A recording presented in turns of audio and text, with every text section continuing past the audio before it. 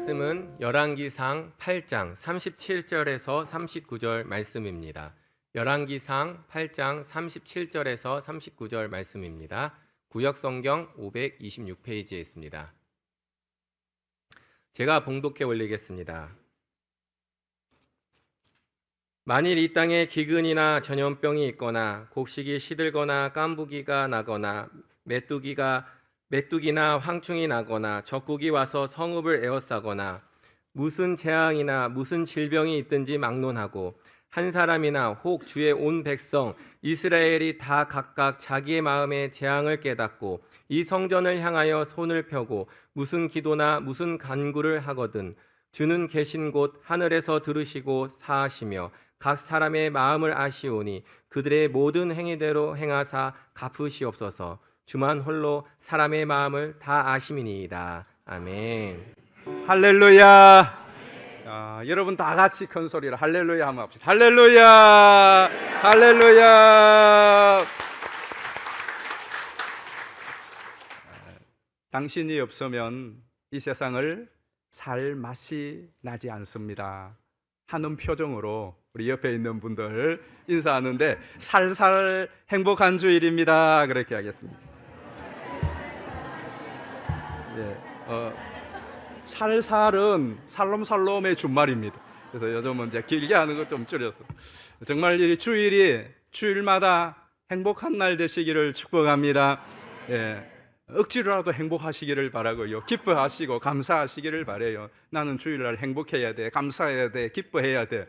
그렇게 할 때에 여러분의 마음에 있는 여러분의 삶에 누르고 불평 불만이 내가 억지로 그렇게 할 때에 밀려나갈 줄 믿습니다. 그래서 진짜 이 주일이 행복한 주일, 기쁘고 감사가 넘치는 주일이 되어서 또 한 주간을 주님과 더불어 승리하는 그런 의미 있는 이 주일 되시기를 축복합니다.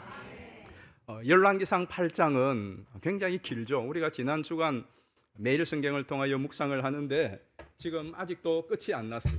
끝이 안 났는데 한 66절까지 있는 굉장히 긴 내용이에요. 그 긴 내용이 다 성전 봉헌식 내용입니다. 성전 봉헌식 내용이 이렇게 길게 기록되어 있는 것은 이 성전 건축의 의의가 무엇이고 또 성전의 어떤 개념과 의미를 담고 있는가를 말해주고 싶은 것이에요. 그 가운데서 오늘 우리가 읽은 본문은 이제 솔로몬이 성전 봉헌 기도를 드리는 그 기도의 내용입니다. 솔로몬은 초창기에 굉장히 참 지혜로운 왕이었죠. 지혜가 출중한 왕이었는데 첫 번째 그가 지혜로웠던 것이 일천번제를 드린 것이 굉장히 지혜로운 처사였어요. 여러분들이 어떤 큰 일을 또 어떤 새로운 자리에 하여튼 그런 일들이 있을 때에 예배를 드리는 거 하나님께 그게 굉장히 지혜로운 일입니다. 여러분 오늘 주일날 이 주일을 구별하여 하나님께 예배 드리는 거 여러분의 이 한 주간의 큰 지혜인 줄 믿습니다. 여러분이 가정에 어려움이 닥치고 또 문제가 있을 때 아까 우리 모이자 우리 가족들 다 집합 그래서 예배 드리는 거 굉장히 지혜예요. 그래서 솔로몬이 1000번제를 하나님께 드린 거 굉장한 지혜였습니다.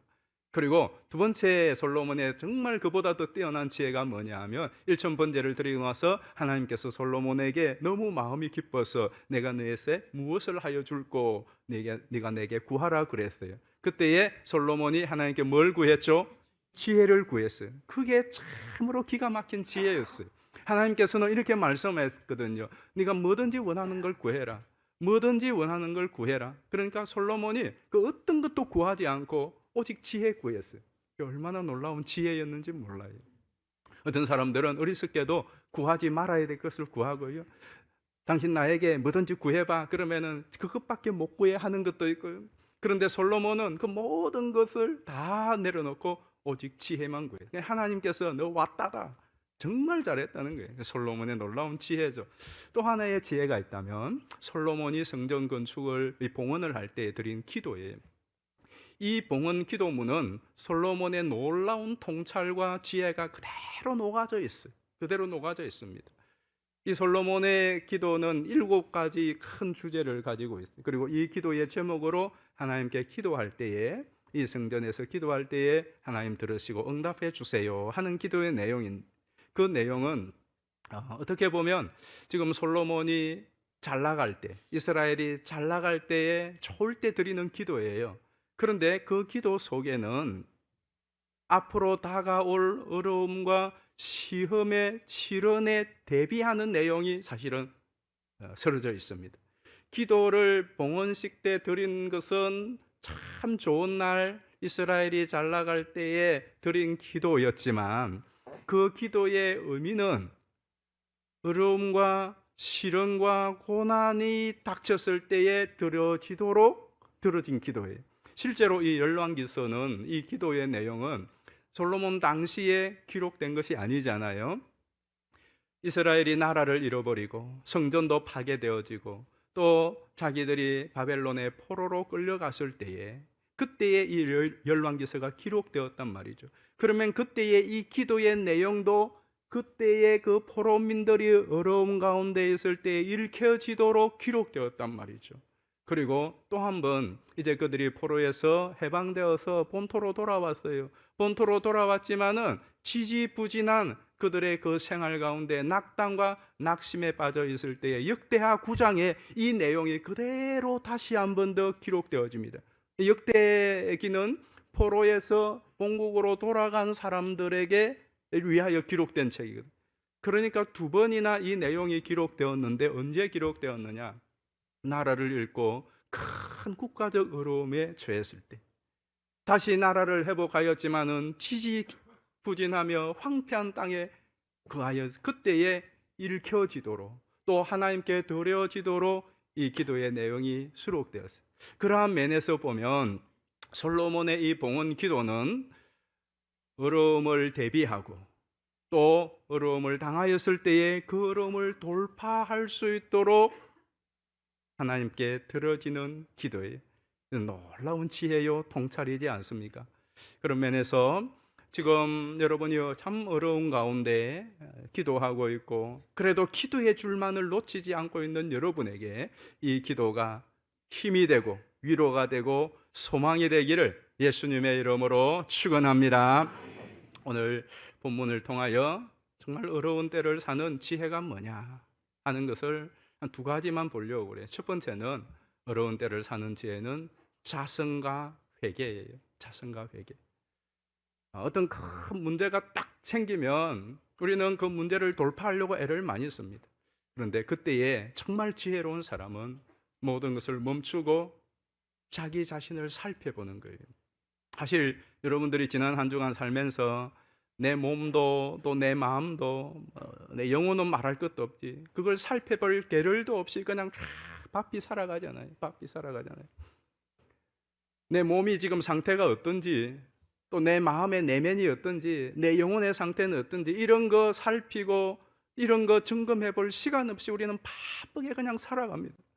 그러다가 큰 문제가 딱 생기면 그리고는 더 이상 내 몸도 내가 뭔가 할 수 없는 움츠릴 수조차 없는 그러한 딱 상황이 되면 그때서야 비로소 우리의 삶과 내 마음과 또 우리의 신앙도 한번 살펴보고 점검해 보죠. 저는 주일에 대해서 많이 지난 6개월 동안 현장 예배를 드리지 못하면서 주일에 대한 것을 많이 생각했어요. 그 주일날이 되면 예배당에 이렇게 가시는 분들이 있지만 그 주일 하루를 놀기 위하여서 파리 싸가지고 와서 정말 하룻밤 토요일 밤 지나고 주일 아침 되면은 또 집으로 돌아가는 그 사람들을 너무나 많이 보았어요. 주일의 양극화를 이렇게 쭉 보면서 우리 성도에게 주일은 어떤 의미가 있을까? 인간에게 주일은 어떤 의미가 있을까? 하나님은 이 주일을 거룩하게 복되게 하셨다고 했는데 주일은 하나님에게 필요한 날이 아니에요. 안식일은 하나님에게 필요한 날은 아니거든요. 우리 인간을 위하여 하나님이 안식일을 정하시고 복되게 하시고 거룩하게 구별하셨는데 우리에게 무슨 의미가 있을까? 많은 의미가 있겠지만 그러나요, 안식일 자체가 주일 자체가 갖고 있는 의미, 모든 일들을 멈추고 하나님께 예배하라 또 안식하라고 했어요. 그 어떤 의미가 있습니까? 여러분이 하던 일을 딱 멈추었을 때에 그 다음에 또 다른 일을 하는 게 아니라 진짜 멈추고 이 예배 시간을 통하여 이 주일을 통하여 지난 한 주간의 내 삶을 돌아보는 것, 내 자신의 마음과 또 삶과 신앙과 영적인 상태를 한번 체크해보고 자성하는 시간을 가진다면 그것만으로도 일주일에 이 하루 주일을 지키는 거 얼마나 큰 의미가 있고 인생에 진보가 있겠습니까? 근데 우리 그렇게 잘 하지를 않죠. 제가 영상을 자꾸 찾다가 결국 못 찾았는데 오래전에 제가 봤던 영상인데요, 쇠똥구리 아시죠? 그 쇠똥구리가 이 쇠똥을 굴리는 장면인데, 이러한 그 쇠똥구리 한 마리가 막 굴려가요. 굴려가다가 이런 벽에 딱 부딪혔어요. 그러니까 이 쇠똥구리가 계속 미는 거예요. 안 가잖아요. 돌아서 앞에서 또 끌어당겨 보는 거예요. 안 가는 거예요. 그런데 정말 인상이 깊었던 장면이 어떤 장면이냐면, 이렇게 앞으로 굴리다가 또 끌다가 하다 안 되니까 이 쇠똥구리가 그 쇠똥 위에서 잠시 멈추어서 생각을 하는 거예요. 무슨 생각을 하는지 그냥 가만 멈추고 있는 거예요. 멈추고 딱 있는 거예요. 그 멈추고 있다가 그 다음에 다시 행동을 개시하는데, 앞으로 밀고 위에서 막 끌었던 행동을 위에서 잠시 멈추어 있다가 그다가 어떻게 하느냐면 이것을 옆으로 끌고 가는 거예요. 그러니까 이 큰 돌이 있었는데 그 돌 옆으로 이것을 굴려서 끌고 가더라고요. 아마 쇠똥구리가 잠시 생각을 했겠죠. 생각을. 굉장히 큰 인상 깊었어요. 아, 저 쇠똥구리조차도 앞으로 밀고 끌다가 안 되니까 멈추고 생각을 해보는 거예요. 그러니까 우리는 죽자 사자 막 계속 미는 거예요. 또 땡기는 거죠. 그러다가 지쳐가지고 널브러지고 낙심하고 포기하는데 생각을 해봐야 돼. 그리고 자기 자신을 살펴보는 거예요. 내가 지금 뭐가 문제가 있는지, 다른 사람이 아니라 이 문제가 아니라 내 자신에게 어떤 문제가 있는가. 어려움이 있을 때에 그 어려움을 사는 정말 첫 번째 중요한 지혜는요, 자기 자신을 살펴보는 거예요. 그리고 그 자기의 잘못이 있다면, 허물이 있다면, 또 문제가 있다면 그걸 가지고 하나님 앞에 나아가 아뢰는 거예요. 그래서 여러분, 오늘 본문에 보시면 하나님께 대한 그 기도가 어디에서 나오느냐 하면 자기의 마음을 아는 데서부터 기도가 시작돼요. 자, 성경 한번 보실까요? 38절을 보십시다. 한 사람이나 혹 주의 온 백성 이스라엘이 다 각각 자기의 마음의 재앙을 깨닫고 이 성전을 향하여 손을 펴고 무슨 기도나 무슨 간구를 자, 하거든 38절 보십시오. 언제 그들이 손을 펴고 성전을 향하여 기도를 하죠? 자기의 마음의 재앙을 깨닫고. 이게 무슨 말이냐면 자기의 마음의 고통을 알고 내 마음이 조금 힘들다는 사실을 자각하는 거예요. 깨닫는 거예요. 그때에 비로소 기도가 되는 거예요. 자, 39절 보십시다. 주는 계신 곳 하늘에서 들으시고 사하시며 각 사람의 마음을 아시오니 그들의 모든 행위대로 행하사 갚으시옵소서. 주만 홀로 사람의 마음을 다 아심이니이다. 아멘. 저는 이 기도가 얼마나 가슴이 따뜻하고 안심이 되는지 몰라요. 여러분이 마음이 많이 힘들 때 있죠. 사실 우리가 내 몸이 아프다, 내 직장에, 가정에, 사업에 무슨 문제가 생겼다, 외부적으로 고통과 어려움도 있어요. 그러나 그보다 더 정말로 어려움은 그로 인하여 내 마음이 무너지는 거예요. 내 마음이 괜찮으면 좀 몸이 안 좋고 또 어떤 문제가 있어도 세상에 아무리 힘들고 어려워도 내 마음이 건강하면은 뭐 그 정도 버텨나갈 수 있습니다. 그런데 마음이 무너지고 마음이 가라앉고 내 마음이 어려워지면은 정말 어렵거든. 그런데 여러분, 우리의 마음을 가장 힘들게 하는 게 뭐예요? 여러분의 마음에 가장 어려움이 무엇입니까? 여러 가지 많은 거 있겠지만은 자책감, 죄책감, 그리고 자괴감, 이런 겁니다. 그렇죠? 이 문제가 생긴 것이 내 죄 때문이고 내 잘못 때문이라는 생각이 있으면요, 그것 때문에 너무 괴롭습니다. 내 자식이 저렇게 어려움을 당하는 것이 내가 잘못한 것 때문에 어려움을, 평생에 그 자책감을 벗어날 수가 없어요. 그 죄책감을 벗어날 수가 없습니다. 그러한 자책감과 죄책감, 또 자괴감, 그리고 내 자신을 돌아보면, 잘 안 돌아보죠. 돌아보면 여러 가지 마음이 힘든 부분이 많죠. 삶에 대해 골치 아프니까 생각하지를 않아요. 골치 아파도 생각해야 돼요. 그리고 그것을 가지고 지혜는 하나님께 나아가는 거예요. 여러분의 마음의 상태가 엉망이에요. 내 마음의 상태가 너무너무 괴로워요. 내 마음의 상태가 너무 많은 죄악으로 가득 차 있어. 그것 때문에 포기하고 낙심하는 것이 아니라 그것을 찾아내어서 그 마음을 고스란히 하나님께 드리는 거예요. 자, 우리 39절을 다시 한번, 39절은 같이 한번 읽어보실까요? 시작. 주는 계신 곳 하늘에서 들으시고 사하시며 각 사람의 마음을 아시오니 그들의 모든 행위대로 행하사 갚으시옵소서. 주만 홀로 사람의 마음을 다 아시. 자, 이 말씀이 얼마나 가슴에 와닿는지. 하나님이 우리의 마음을 아시. 다른 사람은 다 몰라도 하나님만은 우리의 마음을 아신다는 거예요. 여러분, 하나님이 내 마음을 아신다. 내 괴로운 마음, 이 자책감, 죄책감, 이 어려운 마음을 안다는 것은 뭘 의미합니까? 거기에 대한 해결책 또한 하나님이 갖고 계시다는 거예요. 생각해 보십시오. 여러분이 마음이 힘들고 어려울 때에 누구에게 이야기하면 가장 큰 위로와 격려를 여러분이 받을 수 있겠습니까? 내 마음의 이 어려움과 이 힘든 것을 누구한테 이야기하면 가장 여러분의 마음이 좀 그래도 시원하고 위로와 격려를 받을 수 있겠습니까? 누굴까요? 내 마음을 가장 잘 알아주는 사람이.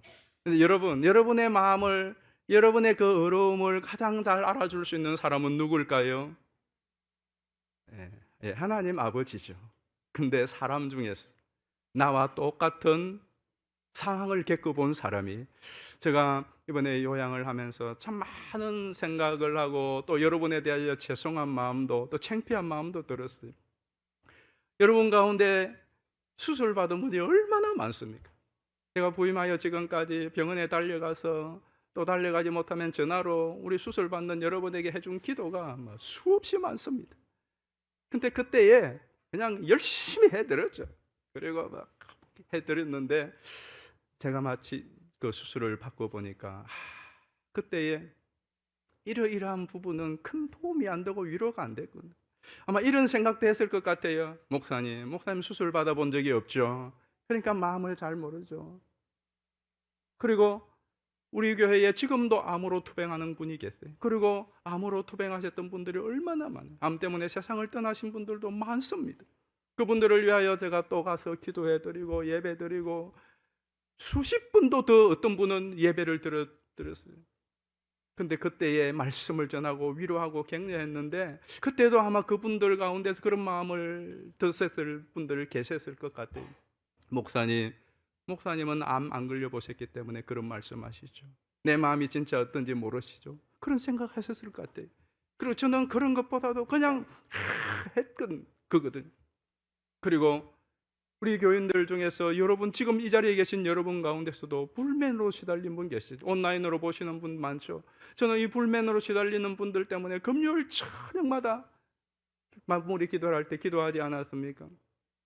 그분들에게 얼마나 이 불면을 이길 수 있는 방법들도 알려드리고 기도도 해드리고 그렇게 했는데 제가 한 달 동안 불면에 시달렸죠. 수술하고 나서 딱 한 달 동안 하루에 잠을 많이 자면 2시간, 그러면 1시간 자는 것이 전부였습니다. 그 한두 시간 자는 것도 이게 자는 건지 안 자는 건지 저다 잤는지 안 잤는지를 모를 정도로 그렇게 지나면서 한 달을 꼬박 불면을, 그러고도 사람이 살 수 있는 것이 정말 신기했어요.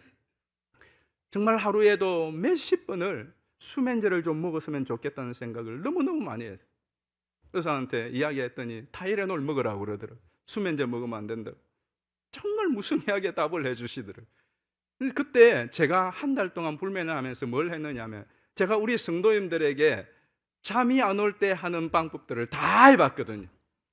기도하고 음악 들어보고 성경 읽어보고 제가 여러분에게 신방 때 건면했던 것들을 다 해봤는데 아무것도 소용이 없어요. 아무것도 소용이 없어요. 그때 어떤 생각이 드는지 압니까? 목사님 불면을 안 당해보셨어요? 그런 말씀하시죠. 그랬을 분들이 있을 것 같아요. 그런데 이제는 다르죠. 이제는 제가 여러분에게 이야기하면 적어도 수술한 분들은 아마 큰 위로가 될 거예요. 목사님도 수술을 받아보셨으니까 암이 충격이 얼마나 큰지 그 이야기를 하면 그분들이 위로가 되겠죠. 또 불면을 이루는 분들에게 이야기를 하면 맞아요 목사님 그랬죠, 그랬어요. 저도 마찬가지예요. 저도 다른 어떤 분들보다 그런 처지에 있던 분들이 목사님이 힘드셨죠, 이러셨죠 이야기하면 그게 공감이 되는 거죠. 그러면 여러분, 여러분의 처지 행편과 마음을 사람들은 부분적으로밖에 그래도 몰라요. 그런데 여러분의 모든 상황과 처지 행편과 마음을 가장 잘 이해하고 아시는 분은 또 누굴까요? 예수님이세요. 하나님이세요. 왜 그럴까요? 제가 여러분들에게 정말 귀에 못에 박힐 정도로 수없이 읽어드렸던 본문이 있잖아요. 히브리서 4장 말씀 한번 보실까요? 14절입니다. 그러므로 우리에게 큰 대제사장이 계시니 승천하시니 곧 하나님의 아들 예수시라. 우리가 믿는 도리를 굳게 잡을지어다. 우리에게 있는 대제사장은 우리의 연약함을 동정하지 못하시리가 아니요 모든 일에 우리와 똑같이 시험을 받으신 이로되 죄는 없으시니라. 아멘. 자, 이 부분이 우리의 연약함, 모든 연약함을 다 동정한다는 말은 다 이해한다는 말입니다. 다 이해. 왜 이해할 수 있죠? 그분도 우리와 같이 똑같이 당해보았다는 거예요. 우리의 10년의 고통, 그리고 생활 가운데서 당하는 수많은 여러분들이 안고 있는 그 어려움들을 예수님도 몸소 당해봤기 때문에 누구보다도 우리의 마음과 우리의 삶의 고난과 어려움을 잘 헤아리고 이해한다는 거예요. 그래서 뭐 하라는 거죠? 우리 16절은 다 같이 한번 읽어봅니다. 시작. 그러므로 우리는 긍휼 하심을 받고 때를 따라 돕는 은혜를 얻기 위하여 은혜의 보좌 앞에 담대히 나아갈 것이니라. 아멘. 그래서 이 말씀이 나온 거예요. 실제로 사무엘상 1장 10절에 보면 한나는 마음이 괴로워서 여호와께 기도하고 그랬어요. 마음이 괴로워서 그것 때문에 다른 것 하지 않고 하나님께 기도했어요. 그게 지혜예요. 예수님께서도 마태복음 26장 38절에 보면 예수님이 마음이 매우 고민하여 죽게 되었을 때, 여러분 예수님도 그런 때가 있었어요. 십자가를 앞두고 마음이 고민하여 죽게 되었대. 여러분 그런 때 있죠. 너무 고민이 되고 스트레스 확 죽었으면 좋겠다. 예수님도 그런 마음이 들었다는 거예요. 예수님도 그런 생각을 했다는 거예요. 참 얼마나 이게 따뜻합니까? 예수님 너무 인간답지 않습니까? 예수님도 마음이 매우 고민하여 죽게 되었다는. 그때 예수님 뭐 했죠? 겟세마네에서 기도했어요. 하나님께 그 마음을 그대로 토로했어요. 솔직한 심정을 토로했습니다. 그 고민을 하나님께 알았어요. 할만하거든 이 잔을 내게서 옮기시옵소서. 그렇게 기도했어요. 그때 하나님께서 힘을 도우시고 그 마음을 만지시고 평안케 해주시고 십자가보다 더 어려웠던 그 마음의 고통을 이기고 십자가를 끝더니 칠 수 있었어요. 저도 암 진단을 받고 제일 먼저 한 것이 제 자신을 돌아보고 자성하고 회개하게 되더라고요. 그럴 수밖에 없는 것이 딱 선고를 받고 나니까 제일 먼저 든 생각은 이제 끝났구나 하는 생각이. 아, 이렇게 끝났구나. 그 시간부로 끝이에요. 모든 것이 정지예요. 그럼 여러분 이제 끝났구나. 이 세상에서의 것이 끝이 나는 거예요. 그 다음 단계는 뭐죠? 그 다음 단계는 하나님 앞에 서는 거예요. 이거는 이제 그동안 생각했던 것이 실제가 되는 순간이죠. 이제는 언제가 될지 모르지만 이제 머지않았어. 수술하다가 끝날 수도 있고 회복이 안 될 수도 있고 뭐 여러 가지 변수가 있고 어쨌든 이게 이제 현실이죠. 현실. 이제 끝났구나. 그 다음에 단계는 이제 하나님 앞에 이제 진짜 서는구나. 그러면 하나님 앞에 내가 어떻게 서야 되는가 하는 것이 가장 중대한 문제가 돼요. 정말 그렇더라고요.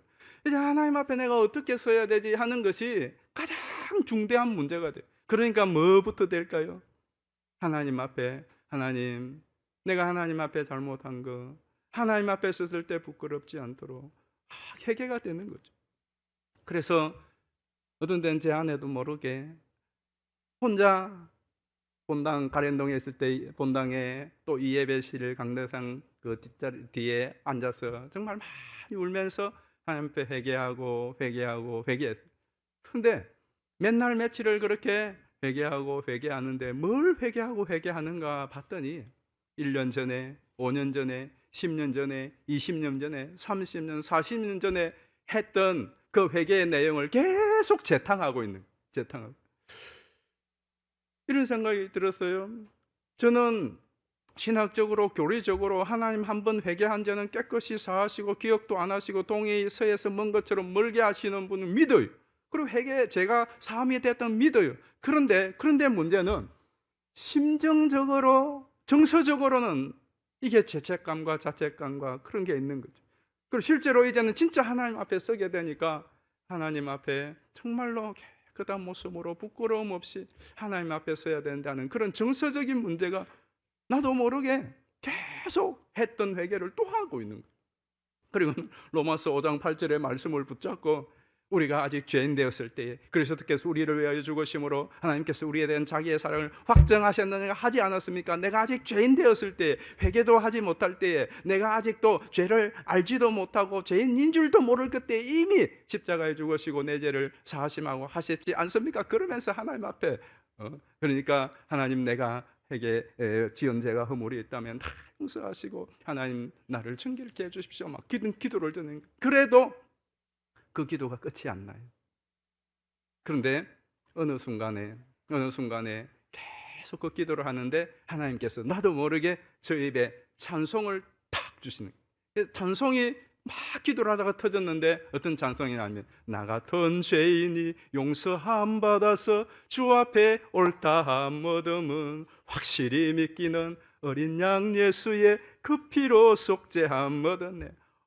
이 찬양이 딱 순간적으로 터져 나오는데 계속 이 3절 찬양을 하다가 앞에 있던 성경책을 펼치고 찬송가를 찾아서, 그리고는 1절부터 그 4절을 계속 찬양을 하는데, 와, 이 찬양 가사가 제 안에 있던 모든 죄책, 자괴감, 자책감, 그리고 교리적으로, 신학적으로, 지식적으로는 믿고 있었지만은 정서적으로는 해결 안 됐던 것이 마치 썰물이 모든 것이 쓸려 나가듯이 쫙 빠져나가는 거예요. 저는 여러분, 이 찬양의 가사가 저는 여러분들에게도 혹시 자책감, 자괴감, 죄책감 때문에 마음에 어려움이 있다면 오늘 성령님께서 여러분의 마음에 있는 그 어려움을 말끔히 지워주시기를 예수님의 이름으로 축원합니다. 한번 보실까요? 마음에 가득한 의심을 깨치고 지극히 화평한 마음으로 찬송을 부르면 어린 양 예수의 그 피로 속죄함 얻었니. 금이나 같이 없어질 보배로 속죄함 받은 것 아니요, 거룩한 하나님 어린 양 예수의 그 피로 속죄함 얻었네. 나 같은 죄인이 용서함 받아서 주 앞에 옳다함 얻음은 확실히 믿기는 어린 양 예수의 그 피로 속죄함 얻었네. 4절이 압권이었어요. 4절이 거룩한 천국에 올라간 후에도 넘치는 은혜의 찬송을 기쁘게 부르면 다같이 어린 양 예수의 그 피로 속죄함 얻었네. 할렐루야. 그러므로 여러분, 정말로 마음에 어려움이 있을 때 여러분이 주님 앞에 나와서 그 마음을 그대로 아뢰십시오. 찬송가 369장은 이런 찬양 가사가 있지 않습니까? 잿집 맡은 우리 구주 어찌 좋은 친군지, 걱정 근심 무거운 짐 우리 주께 맡기세. 시험 걱정 모든 괴로움 없는 사람 누군가 부질없이 낙심 말고 기도드려 아뢰세. 근심 걱정 무거운 짐 아니진 자 누군가 피난처는 우리 예수 주께 기도드리세. 우리 약함 아시오니 어찌 아니 아뢰일까. 다같이 주께 고함 없는 거로 복을 받지 못하네. 사람들이 어찌하여 아뢰일 줄을 모를까. 사람들이 어찌하여 아뢰일 줄을 모를까. 꼭 누구 보고 하는 소리 같지 않습니까? 누구 보고? 누구 보고요? 다 보고. 두 번째는 어려운 때를 사는 지혜가, 같이 한번 읽어보겠습니다. 시작. 하나님의 도우심을 구하라. 우리가 현실적으로 마음의 어려움도 있지만 현실적으로 또 어려움들, 실질적인 거 많잖아요. 오늘 본문 우리 37절 한번 보세요. 37절. 만일 이 땅에 기근이나 전염병이 있거나 곡식이 시들거나 깐부기가 나거나 메뚜기나 황충이 나거나 적국이 와서 성읍을 에워싸거나 무슨 재앙이나 무슨 질병이 있든지 막론하고. 자, 37절 한번 보세요. 이 땅에 기근, 전염병, 곡식, 깐부기, 메뚜기, 황충, 적국, 무슨 재앙, 질병. 여러분, 이게 보통 문제입니까? 실제로 이런 어려움들이 우리에게 있지 않습니까? 이게 한두 가지만 닥쳐도 큰 어려움이고요. 이게 다 때로 닥친다고 해도 이게 어떻게 감당할 수 있겠어요? 자, 그런데 그때 어떻게 한다고요? 38절 봅시다. 한 사람이나 혹 주의 온 백성 이스라엘이 다 각각 자기의 마음의 재앙을 깨닫고 이 성전을 향하여 손을 펴고 무슨 기도나 무슨 간구를 하거든 자, 38절 한번 보십시오. 저 38절 중에 제일 마음에 드는 단어나 어절이 어떤 거예요? 여러분의 성경을 보면 그냥 보지 말고 그래도 마음에 드는 게 있잖아요. 뭐예요? 예. 뭐 눈치가 빠른 분들은 빨간색이나. 근데 실제로 저는 37절에도 그렇고 38절에도 그렇고요. 저게 가장 마음에 들어. 보세요. 무엇이든지 누구든지 이것이 기도의 방점이지 않습니까? 정말로 무엇이든지 어떤 사람이든지 누구든지 하나님께 기도할 수 있다. 제가 참 이게 너무너무 고마운 말씀이죠.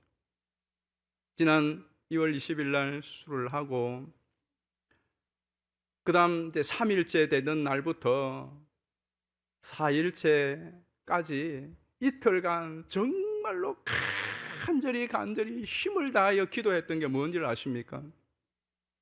첫 번째는 방귀 나오게 해주세요. 두 번째는 변이 잘 나오게 해주세요 하는 기도였어요. 저는 하루도 변이 안 나와 본 적이 없어요. 지금까지 수술을 받을 때까지. 그러니까 이게 이틀째가 되고 3일째가 됐는데도 안 나오니까 뭐 죽겠더라고요. 뭐 간호사들하고 또 주위에서는 그 일반 사람들도 한 3일에서 5일 변 안 하고 변비 때문에 있어도 아무 문제 없다고 걱정하지 말라고. 근데 저는 아니에요. 마음도 너무 힘들고 몸도 이게 너무 힘들다 괴롭더라고요. 그래서 그 3일째 되는 날 내 하나님 앞에 기도가 어디서 주여 나오게 해주세요. 나오게 해주세요. 얼마나 기도해. 4일째도 4일째는 더 절박하게 다른 기도는 별로 들어오지 않더라고요. 정말 간절히 기도했어요. 또 5일째 되는 날 나왔어요. 얼마나 시원한지 살만하고 정말 살 것 같았어요. 그래서 정신이 딱 돌아왔는데 제가 병상에 앉아서 감사 기도를 했죠. 그리고 무슨 생각이 드느냐 하면 목사가 무슨 굉장히 거룩하고 세계 복음화를 위한 그런 기도도 아니고 이틀씩이나 간절히 방귀하고 똥기도를 그렇게 드릴 수 있는가? 진짜 그 생각을 했어요. 아니 목사가 그런데 말입니다. 그때에 저에게는 그게 너무나 절박한 기도였어요. 그런데 놀라운 것은 하나님은 그런 기도조차도 하나님은 들으시고 거절하지 아니하시고 응답하시고 그런 기도조차도 하나님 앞에는 연락이 되고 용납이 된다는 거예요. 여러분 이게 얼마나 감사한 일이에요. 어떤 기도요? 무슨 기도나 무엇이나 그리고 언제 어디서든지 누구든지 하나님께 기도할 수 있다는 이것보다 더 큰 축복이 어디에 있겠습니까?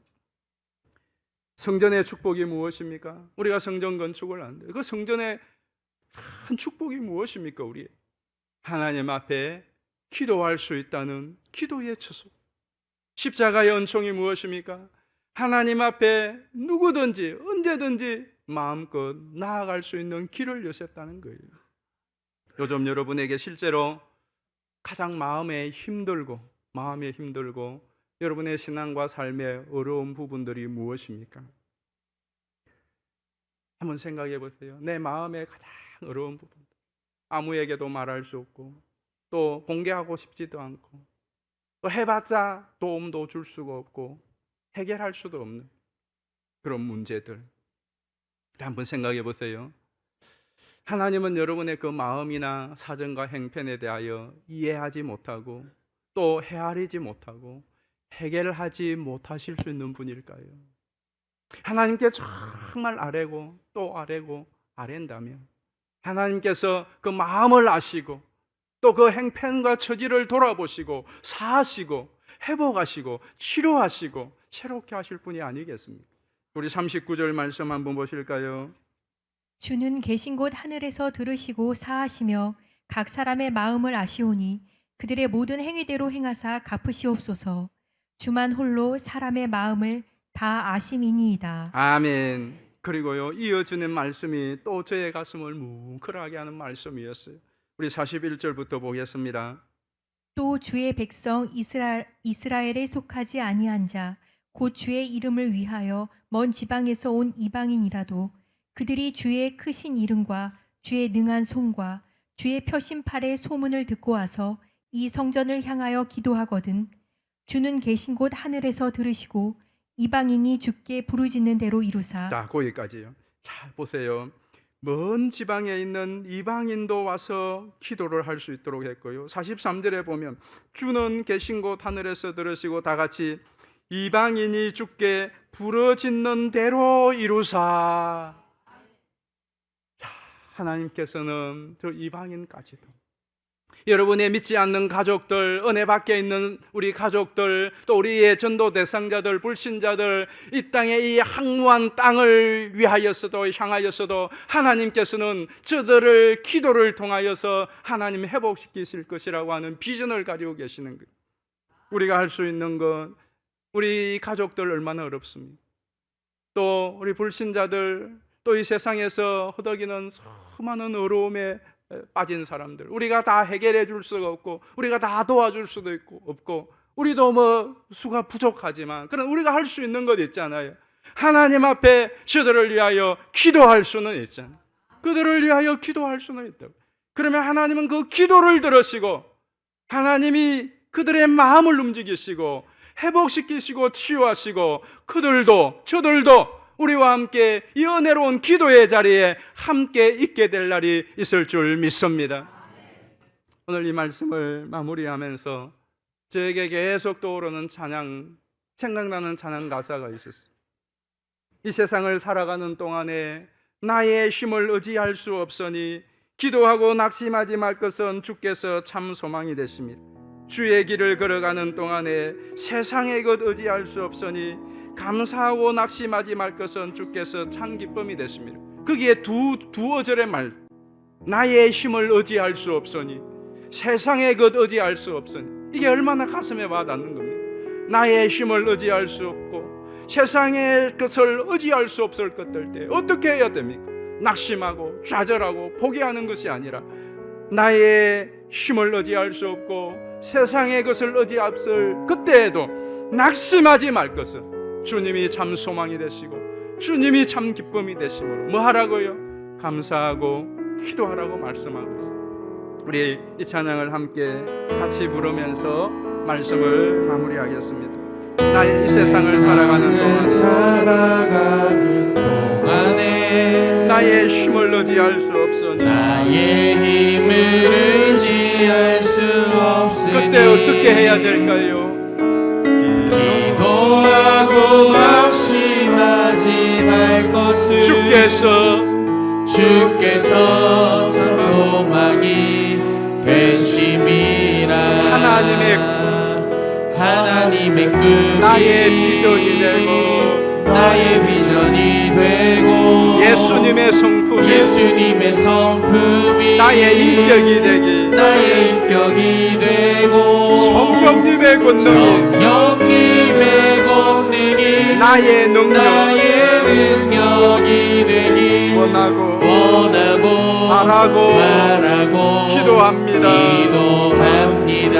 주의 길을 걸어가는 동안에 세상의 것 의지할 수 없으니 감사하고 낙심하지 말 것은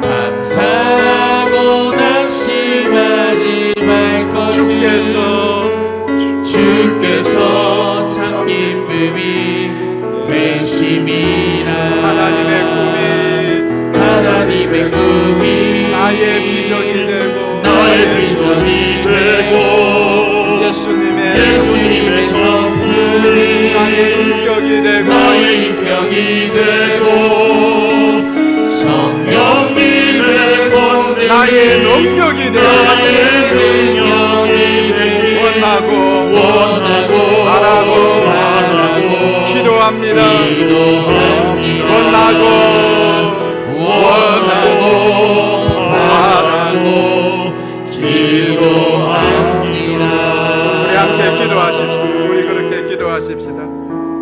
그리고 이 세상을 살아가는 동안에 내 힘도 의지할 수 없고 세상에 어느 것 하나 의지할 수 없는 그런 상황이 얼마나 많습니까?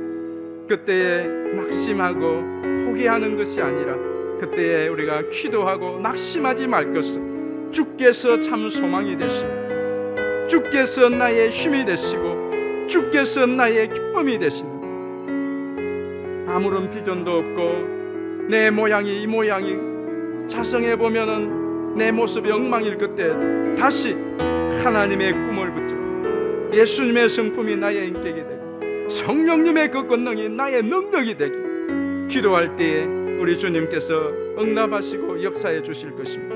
이 시간에 우리 주여 한번 부르고 말씀을 생각하며 기도합니다.